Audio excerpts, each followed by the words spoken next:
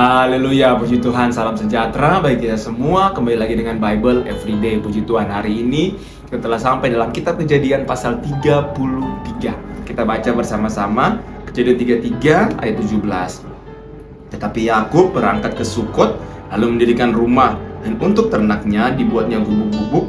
Itulah sebabnya tempat itu dinamai Sukot. Nah, dalam perikop ini Yakub berbaik kembali kepada Esau, ya, kakaknya.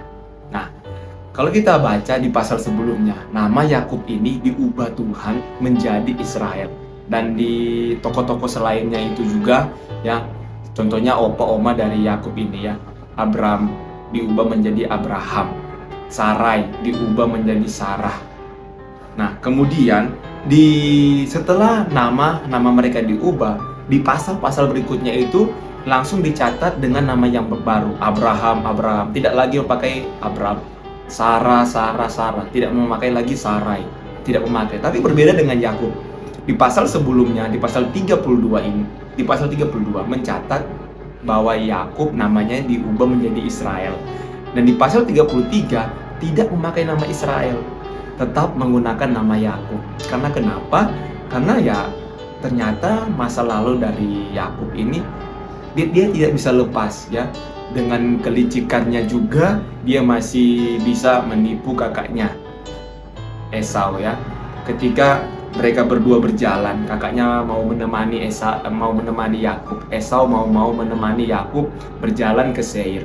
Tetapi Yakub bilang begini, "Wah, ini masih ada anak-anak kecil yang kurang kuat, baru lembu sapi, ada kambing domba yang masih bayi, yang masih kecil, yang tidak kuat berjalan. Biarkanlah kami berjalan pelan-pelan. Kakak aja lah yang duluan." Nah, begitulah kira-kira. Semua tawaran baik dari Esau tidak diterima Yakub, karena Yakub masih takut. Karena dia takut dengan apa yang dia lakukan sebelumnya, yaitu dengan menipu dengan cara yang licik, mengambil hak kesulungan dari Esau.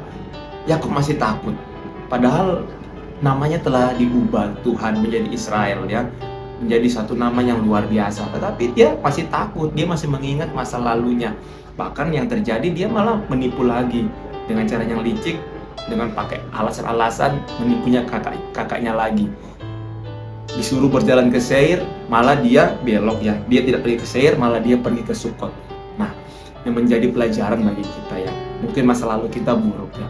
Mungkin apa yang kita lakukan di masa lalu banyak hal-hal yang tidak berkenan. Tetapi ketika kita hidup dalam Tuhan, kita hidup baru dalam Tuhan, kita terima perjanjian Tuhan, kita harus percaya dengan pertolongan Tuhan. Ada banyak hal yang telah diubahkan, ya. Banyak hal yang telah diubahkan. Sekitar kita harus percaya mereka telah diubahkan. Positive thinking, begitu.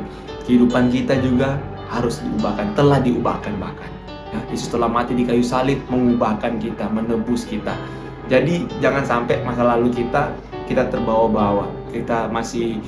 Masa lalu kita yang buruk-buruk kita masih bawa-bawa sampai sekarang. Seperti Yakub ini, namanya telah diganti, dia tetap mengingat masa lalunya. Dia takut dengan Esau, begitu kan, dengan cara-cara yang licik juga dia gunakan untuk bohongi Esau, kakaknya, pada pasal ke-33 ini. Jadi menjadi pelajaran bagi kita, penting sekali kita untuk benar-benar tinggalkan semua kehidupan kita yang lama. Kalau kita dalam kehidupan yang baru, ketika kita percaya Tuhan sebagai juru selamat, percayalah dan yakinlah kalau Tuhan itu akan menolong kita. Tuhan akan berserta dengan kita dengan caranya Tuhan. Haleluya.